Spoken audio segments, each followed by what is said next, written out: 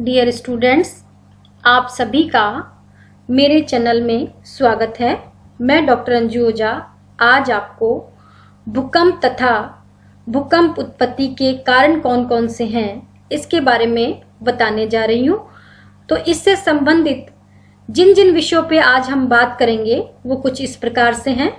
भूकंप तथा भूकंप का सामान्य परिचय, भूकंप मूल व भूकंप केंद्र किसे कहा जाता है, भूकंप के क्या क्या कारण हो सकते हैं और प्रत्यास्थ पुनश्चलन सिद्धांत क्या कहता है या किस तरह से प्रत्यास्थ पुनश्चलन सिद्धांत को समझा जा सकता है, और इससे जुड़े हुए कुछ महत्वपूर्ण प्रश्न के बारे में बात करेंगे। उससे पहले हम ये जान लें कि भूकंप किसे कहते हैं। तो भूकंप के सामान्य परिचय के बारे में बात करते हैं। तो साधारण अर्थ में भूकंप वह घटना है जिसके द्वारा भूपटल में हलचल पैदा हो जाती है और कंपन होने लगता है। तो सामान्य रूप से यदि हम बात करें तो भूपटल में हलचल पैदा होने के कारण जिस कंपन का अनुभव किया जाता है वही भूकंप कहलाता है। तो जब किसी ज्ञात अथवा अज्ञात बाह्य अथवा अंतर्जात कारणों से पृथ्वी के भूपटल में तीव्र गति से कंपन पैदा होता है तो उसे भूकंप कहते हैं। तो पृथ्वी के जो बाह्य या अंतर्जात बल हैं उन बलों के कारण जो भूपटल में परिवर्तन या कंपन होता है, जो गति होती है उसमें, उसके द्वारा उत्पन्न जो कंपन होता है वही कहलाता है भूकंप। तो भूकंप का जो मूल कारण होता है वो पृथ्वी की संतुलन अवस्था में अव्यवस्था का हो जाना है। तो जो भूपटल का हलचल होता है और उसके द्वारा जो कंपन होता है वही कहलाता है भूकंप। और उसका मुख्य जो कारण होता है तो पृथ्वी की जो संतुलन की जो अवस्था होती है उसमें किसी भी प्रकार का परिवर्तन या अव्यवस्था हो तो हमें भूकंप का अनुभव होता है। भूकंप भूपटल की कंपन अथवा लहर है जो धरातल के नीचे अथवा ऊपर चट्टानों के लचीलेपन या गुरुत्वाकर्षण की समस्थिति में क्षणिक अव्यवस्था होने पर उत्पन्न होती है। तो अभी हमने पिछली स्लाइड में भी यही बात की कि जो अव्यवस्था उत्पन्न होगी उसी के कारण जो होता है, या ऐसे कह सकते हैं उस अव्यवस्था को दूर करने के लिए हमें जो कंपन होता है वही कहलाता है भूकंप। तो भूकंप का सर्वप्रथम जहां पर आविर्भाव होता है उसे भूकंप मूल कहा जाता है, तथा जहां पर सर्वप्रथम लहरों का अनुभव होता है उसे भूकंप केंद्र कहते हैं। तो जहां पर सबसे पहले भूकंप का आविर्भाव होता है वो बिंदु कहलाता है भूकंप मूल, और जहां पर लहरों का अनुभव होता है वो कहलाता है भूकंप केंद्र। तो जो भूकंप केंद्र होता है वो भूकंप मूल के ठीक ऊपर होता है। तो ये जो भूकंप मूल और भूकंप केंद्र है इसके बारे में बहुत से कंपटीशन एग्जाम में पूछा गया है कि भूकंप मूल क्या है या भूकंप केंद्र किसे कहते हैं। तो यहाँ भूकंप मूल व भूकंप केंद्र को फोटो के द्वारा दिखाने का प्रयास किया गया है। यहाँ हम देख रहे हैं ये फोकस है और इसके ठीक ऊपर जहां पर लहरों का अनुभव किया जाता है वो कहलाता है एपिसेंटर या भूकंप केंद्र। यहाँ पर इस फोटो में भी ये फोकस को दिखाया गया और इसके ठीक ऊपर ये एपिसेंटर को दिखाया गया है। यहाँ हम बात कर रहे हैं the focus and epicentre of an earthquake, कि अर्थक्वेक में जो फोकस और एपिसेंटर होते हैं वो कहाँ है। तो यहाँ ये फोकस है और इसके ठीक ऊपर ये एपिसेंटर को दिखाया गया है। The point within earth where rocks under stress break is called the focus. यहाँ पर जो है वो फोकस होता है। The point directly above the focus on the surface is the epicentre, और ये एपिसेंटर है। अब हम बात कर रहे हैं भूकंप के कारण कौन कौन से हो सकते हैं। तो 7 प्रमुख कारण हैं भूकंप के, जिसमें नंबर 1 है ज्वालामुखी क्रिया, नंबर 2 भूकंप भूपटल भ्रंश, नंबर 3 भू संतुलन में अव्यवस्था, नंबर 4 जलीय भार, नंबर 5 भूपटल में सिकुड़न, नंबर 6 गैसों का फैलाव, और नंबर 7 प्लेट टेक्टोनिक सिद्धांत। तो यहाँ ये जो 7 प्रमुख कारण बताए गए हैं इन कारणों के द्वारा भूकंप की उत्पत्ति होती है। तो इसमें सबसे पहले हम अध्ययन करने वाले हैं ज्वालामुखी क्रिया, कि ज्वालामुखी क्रिया के द्वारा किस तरह से भूकंप की उत्पत्ति होती है। तो ज्वालामुखी क्रिया भूकंप के प्रमुख कारणों में से एक है, यानी जहां पर ज्वालामुखी का विस्फोट होगा उसके आसपास के कमजोर भागों में जो है भूकंप अनुभव किया जाता है। ज्वालामुखी क्रिया एवं भूकंप एक दूसरे के अभिन्न अंग माने जाते हैं, यानी ज्वालामुखी क्रिया होगी तो भूकंप आएगा और कुछ कुछ स्थानों पर भूकंप के कारण भी ज्वालामुखी आते हैं। अर्थात ज्वालामुखी के उद्गार के साथ प्राय भूचाल अवश्य आता है तथा कभी कभी भूकंप के कारण भी जो ज्वालामुखी का विस्फोट हो जाता है। तो 16 जनवरी 1968 का जो सिसिली द्वीप के माउंट एटना ज्वालामुखी का उद्गार हुआ, जिसके कारण क्या हुआ, सिसिली द्वीप पर भयंकर भूकंप आया। तो 16 जनवरी 1968 पर जो सिसिली द्वीप पर भूकंप आया था उसका जो मुख्य कारण था वो ज्वालामुखी क्रिया है। यहाँ हम देख रहे हैं फोटो के माध्यम से ज्वालामुखी विस्फोट को दिखाने का प्रयास किया गया है कि जब जब ज्वालामुखी का विस्फोट होगा तब भूकंप अवश्य आते हैं। अब हम बात कर रहे हैं दूसरा मुख्य कारण भूकंप उत्पत्ति का, वो है भूपटल भ्रंश। तो भ्रंश के बारे में यदि हम बात करें तो भ्रंश जो है मुख्य रूप से तनाव के कारण या तनाव मूलक बल के द्वारा बनते हैं। और जो भ्रंश और वलन की बात है वो हमने जब पृथ्वी के जो बल के बारे में अध्ययन किया था उसमें हमने वहां विस्तृत रूप से किस तरह से भ्रंश बनते हैं और किस तरह से वलन बनते हैं वहां हमने विस्तृत रूप से अध्ययन किया है। तो धरातलीय भागों पर भूगर्भिक हलचलों द्वारा भूपटल पर भ्रंश और वलन होता है। तो भ्रंश जो है वो तनाव मूलक बल के द्वारा बनते हैं और संपीड़न के कारण जो बनते हैं वो वलन बनते हैं। तो इन परिवर्तनों के कारण खिंचाव और संपीड़न होता है।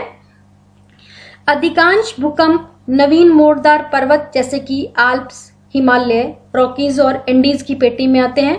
तो जो भूकंप होते हैं वो नवीन मोड़दार पर्वतों में आने का मुख्य कारण होता है, वहां पर खिंचाव और संपीड़न की क्रिया होती रहती है जिसके कारण भूपटल भ्रंश और वलन बनते रहते हैं। इसी प्रकार अफ्रीका की दरार घाटी में भी जो अनेक प्रकार के भूकंप है वो अनुभव किए जाते हैं।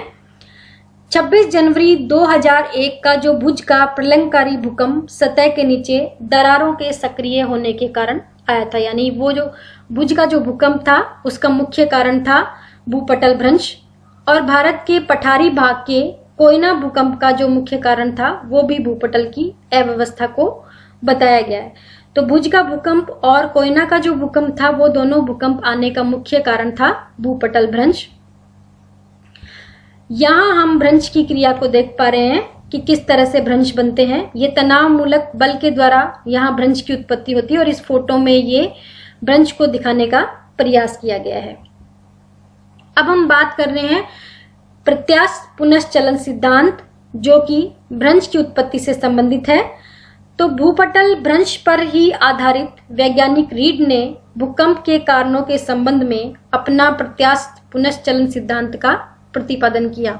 तो बहुत सारे कंपटीशन एग्जाम में पूछा गया है कि प्रत्यास्थ पुनश्चलन सिद्धांत या इलास्टिक रिबाउंड थ्योरी जो है वो किसके द्वारा दी गई है। तो ये रीड के द्वारा दी गई है और ये भूपटल भ्रंश से संबंधित सिद्धांत है। तो इस सिद्धांत के अनुसार क्या होता है, जो चट्टानें होती हैं वो रबड़ की तरह व्यवहार करती है, यानी रबड़ की तरह लचीली होती है। और जिस तरह से हम रबड़ को खींचते हैं तो एक लिमिट तक, यानी एक सीमा होती है, उस सीमा तक हम उसको खींच सकते हैं। उसके पश्चात जब उसकी सहन शक्ति खत्म हो जाती है तो वो बीच में से कहीं किसी स्थान से टूट जाता है और टूटने के बाद में पुनः रबड़ अपनी वापस वाली स्थिति लेने का प्रयास करता है।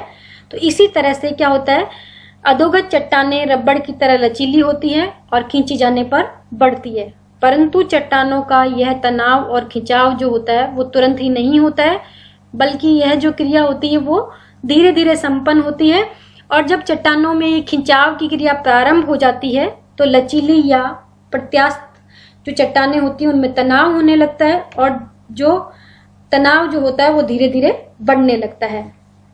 तो ये जो तनाव या खिंचाव होता है वो एक सीमा तक ही बढ़ता है।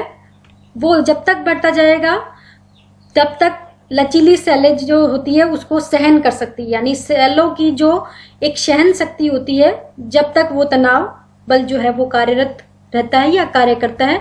उसके पश्चात प्रत्येक चट्टान की एक ऐसी सीमा होती है जिसके बाद जो चट्टानें हैं वो उस तनाव को सहन नहीं कर सकती, और जब सहन नहीं करेंगी तो परिणाम स्वरूप जो चट्टानें हैं वो खिंचाव होने के कारण रबड़ की तरह टूट जाती है और रबड़ की भांति व्यवहार करती है। जिस प्रकार रबड़ का टुकड़ा अधिक खींचने पर टूट जाता है। अभी मैंने आपको बताया कि रबड़ को हम जितना खींचेंगे वो खींचता चला जाएगा, लेकिन उसकी एक सीमा होती है।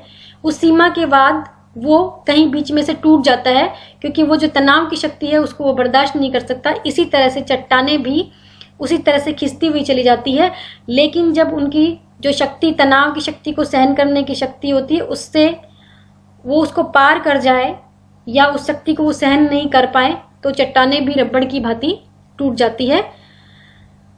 जिस प्रकार रबड़ का टुकड़ा अधिक खींचने पर टूट जाता है तथा शीघ्रता से अपने स्थान पर आने लगता है, उसी प्रकार विखंडित चट्टान भी शीघ्रता से अपना स्थान ग्रहण करती है। और इस प्रकार चट्टान के अचानक टूटने और विखंडित भाग द्वारा अपना स्थान जो शीघ्रता से लेने का प्रयास करने पर पृथ्वी में जोरों से कंपन हो जाता है और भूकंप का अनुभव होता है।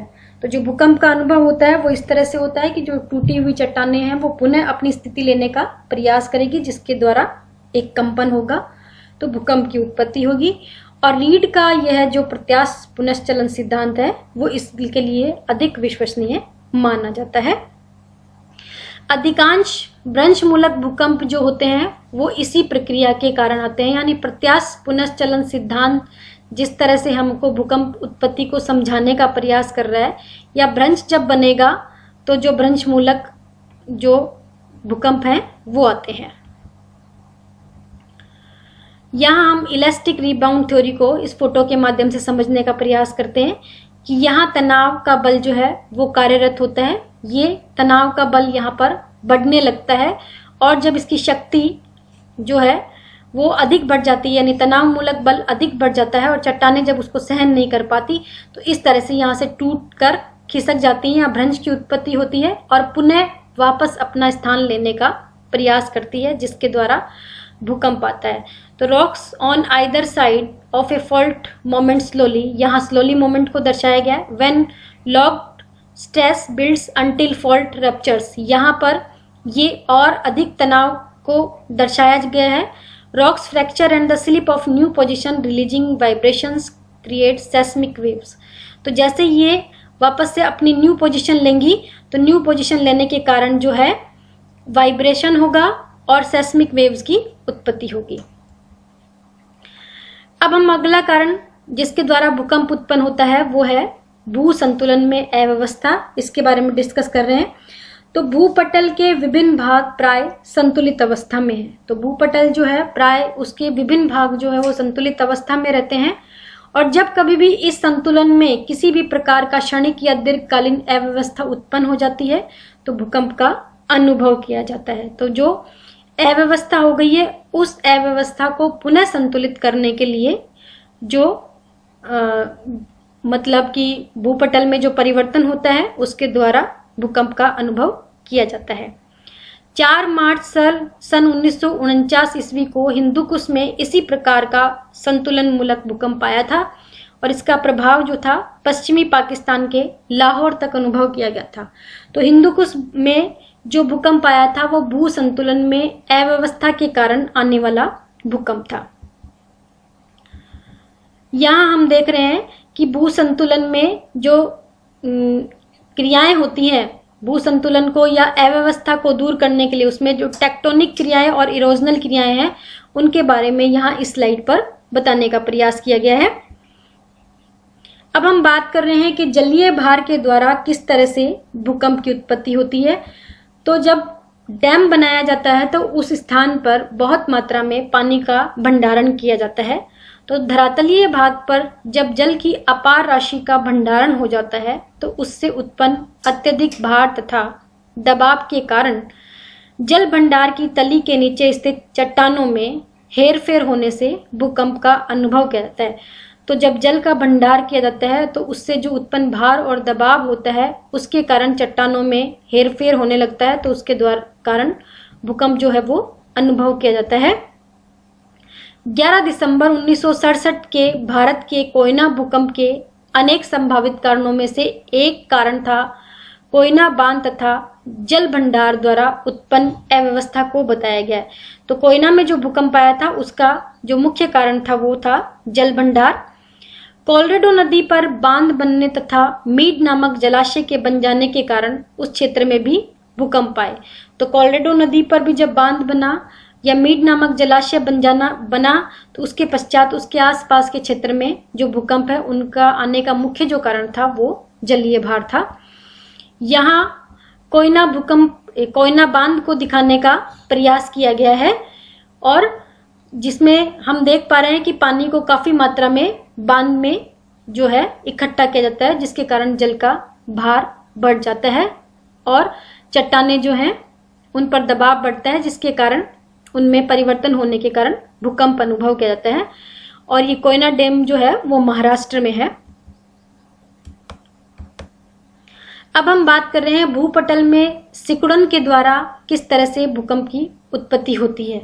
तो पृथ्वी के संकुचन सिद्धांत के आधार पर पृथ्वी के तापमान में विकिरण के कारण निरंतर कमी होती है।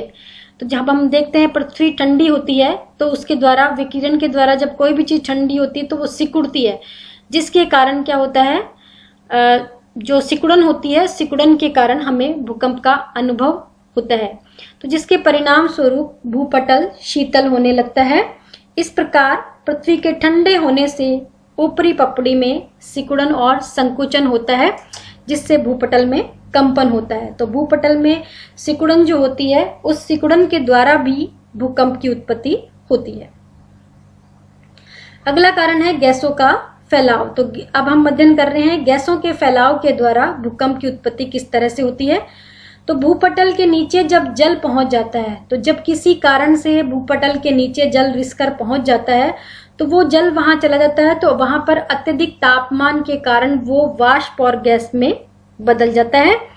और जब वाष्प और गैस की तीव्रता जो होती है वो अधिक होती है तो ये ऊपर आने का प्रयास करती है। तो जब ऊपर आने का प्रयास करेगी तो भूपटल के नीचे से वो धक्के लगाती है। जब उनकी मात्रा बढ़ जाती है तो वो एक तरह का प्रेशर क्रिएट करती है और उस प्रेशर बन जाने के कारण वो धक्का लगाती है, और धक्का लगाती है तो भूपटल में कंपन होने लगता है और साधारण भूकंप जो है वो अनुभव किया जाता है।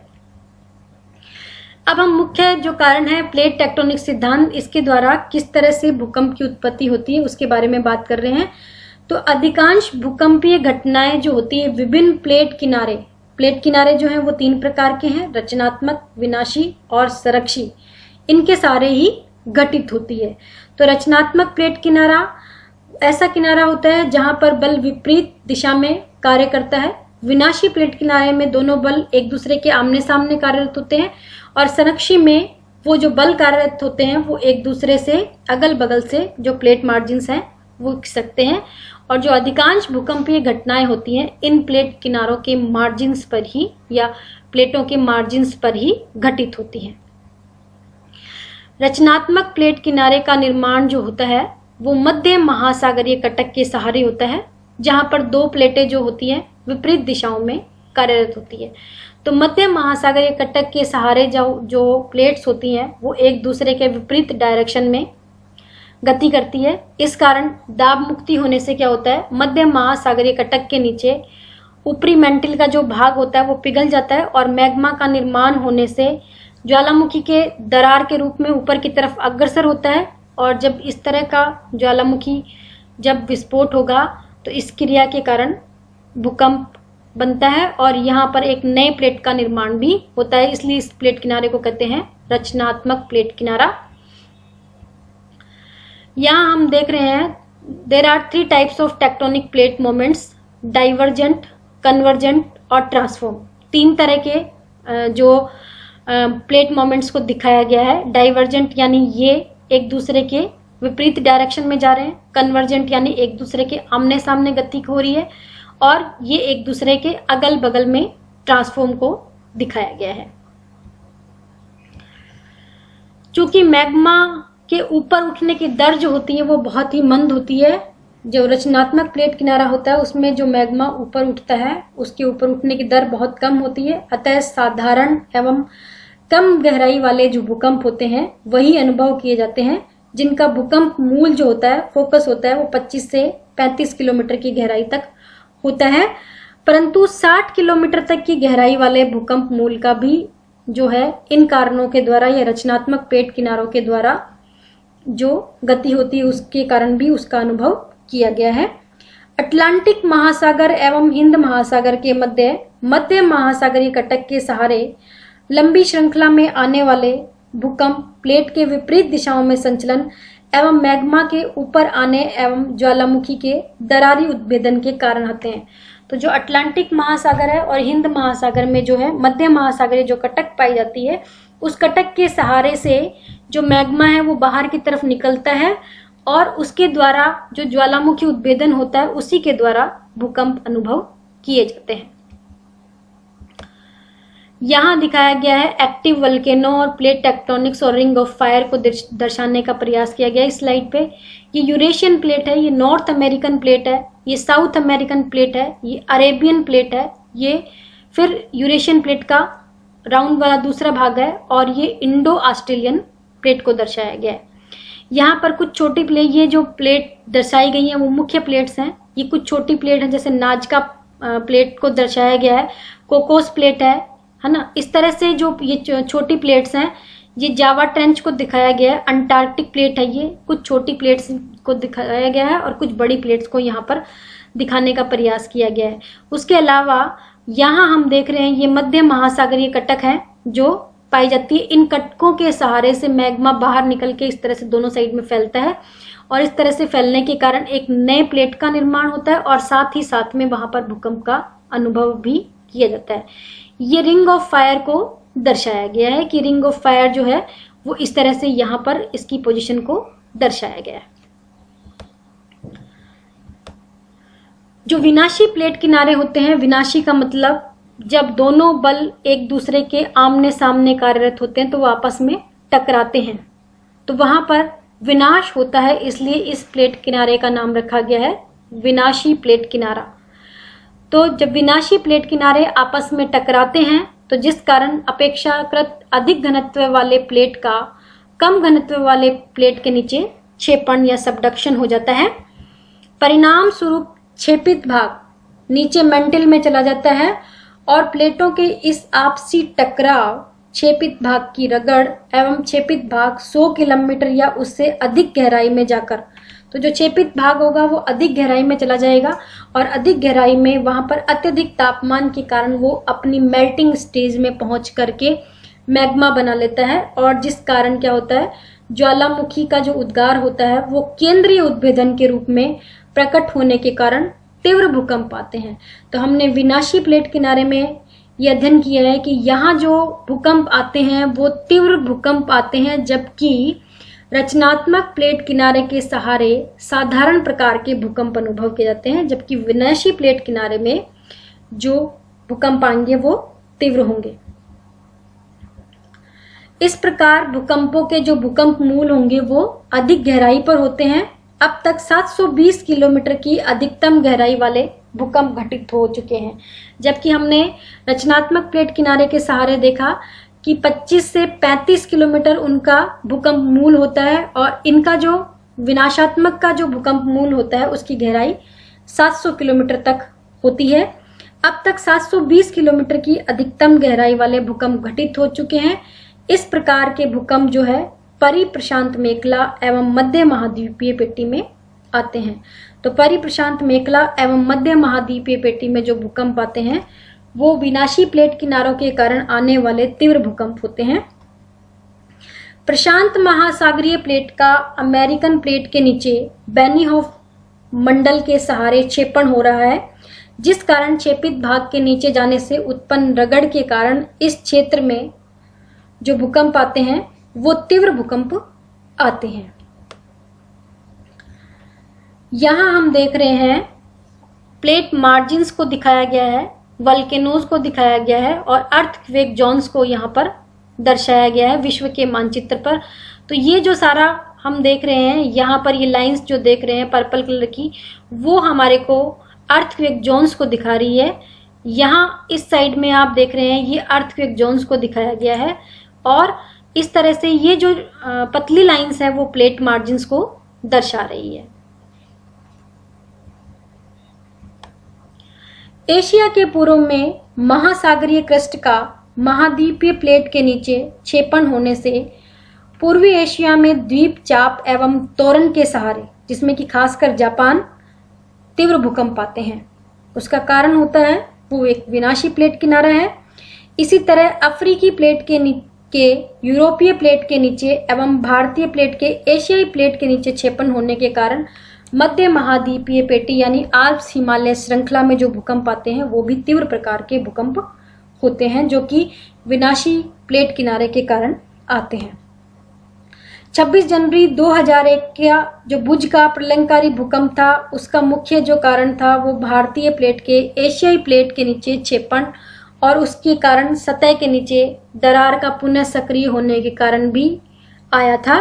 तो इसके बारे में हमने पहले भी अध्ययन किया और यहाँ भी हम ये देख रहे हैं कि इसका आने के जो 2 कारण है वो हमें पता लग गए हैं कि जो भुज का भूकंप था वो किस कारण से आया था। यहाँ हम देख रहे हैं इस मानचित्र में रिंग ऑफ फायर को दिखाया गया है कि रिंग ऑफ फायर वाला जो एरिया है वो किस तरह से हमें ये शो कर रहा है कि यहाँ पर जो है भूकंप और ज्वालामुखी की जो घटनाएं होती हैं वो अधिक होती हैं। जहां पर 2 प्लेट एक दूसरे से अगल बगल में सरकते हैं यानी संरक्षी प्लेट किनारा। तो जहां पर प्लेट्स एक दूसरे से अगल बगल में सरकते हैं वो किनारा कहलाता है संरक्षी किनारा। और इस किनारे के सहारे रूपांतरण भ्रंश का निर्माण होता है। परिणाम स्वरूप यहाँ पर जो भूकंप आते हैं, तीव्र भूकंप आते हैं। सैन एंड्रियास भ्रंश इसका प्रमुख उदाहरण है। तो जो सैन एंड्रियास भ्रंश है वो रूपांतरण भ्रंश का उदाहरण है और ये एक जो प्लेट किनारा होता है वो संरक्षी प्लेट किनारा कहलाता है। यहाँ पर एक स्थल भाग दक्षिण पूर्व तथा दूसरा भाग जो होता है उत्तर पूर्व दिशा की में एक दूसरे के संदर्भ में भ्रंश तल के संदर्भ में खिसकता है, जिस कारण यहाँ पर जो है भ्रंश जो है वो अनुभव किए जाते हैं और भ्रंश बनेंगे तो यहाँ पर भूकंप आएगा। अब हम कुछ भूकंप आने के अन्य कारण भी हो सकते हैं जिनको हम सामान्य भूकंप के कारण यानी उनके कारण भी भूकंप आ सकते हैं। उसमें है सागर तलीय भागों पर सागरीय लहरों के कटाव के कारण भूकंप आ सकते हैं। प्रचंड सागरीय भूकंप द्वारा भी भूकंप आ सकते हैं। चूने के चट्टानों वाले प्रदेश में कंदराओं की छत जब टूट करके नीचे गिरती है तो उसके कारण भी भूकंप आ सकते हैं। अपक्षय की क्रियाओं से प्रभावित होकर पहाड़ी भागों में कमजोर बड़े बड़े शिलाखंड जब टूटकर नीचे की तरफ तेजी से गिरते हैं तो उसके कारण भी भूकंप आ सकते हैं। और जब ग्लेशियर पर्वतीय भाग से नीचे की तरफ खिसकता है तो उसके कारण भी भूकंप का अनुभव किया जाता है। उसके अलावा पृथ्वी अपनी किली पर घूर्णन या परिभ्रमण करती है तो उसके कारण भी भूकंप आ सकते हैं। और वर्तमान समय में अणु बम्बों के विस्फोट और परीक्षण के द्वारा भी जो कमजोर भाग होते हैं वहां पर भूकंप का अनुभव किया जाता है। इसके अलावा जो सामान्य भूकंप है उसका अंकन जो किया जाता है वो भूकंप लेखन यंत्र द्वारा ही पता होता है, क्योंकि उनकी जो तीव्रता होती है वो बहुत ही कम होती है। तो जो सामान्य भूकंप होते हैं उनका अंकन जो होता है वो भूकंप लेखन यंत्र या सेस्मोग्राफ के द्वारा ही हो पाता है। वैसे हमें उसके बारे में पता नहीं चलता है। अब इस टॉपिक से संबंधित कुछ महत्वपूर्ण प्रश्न जो है वो क्या क्या पूछे जा सकते हैं, उसमें है भूकंप की परिभाषा बताइए, भूकंप मूल व भूकंप केंद्र किसे कहते हैं, भूकंप उत्पत्ति के कारण कौन कौन से हैं, इसके अलावा ज्वालामुखी क्रिया द्वारा भूकंप उत्पत्ति को समझाइए, भूपटल भ्रंश द्वारा भूकंप उत्पत्ति को समझाइए, प्रत्यास्थ पुनश्चलन सिद्धांत को समझाइए तथा भू संतुलन में अव्यवस्था द्वारा भूकंप उत्पत्ति को समझाइए।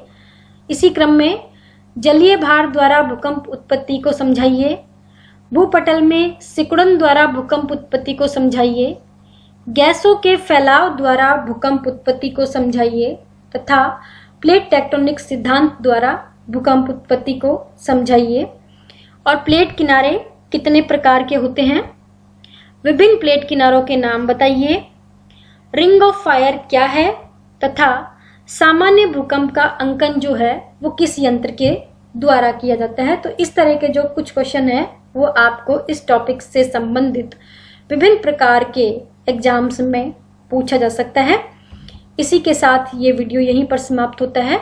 मेरे चैनल को लाइक एवं सब्सक्राइब करना ना भूलें और अंत में आप सभी का पुनः एक बार धन्यवाद।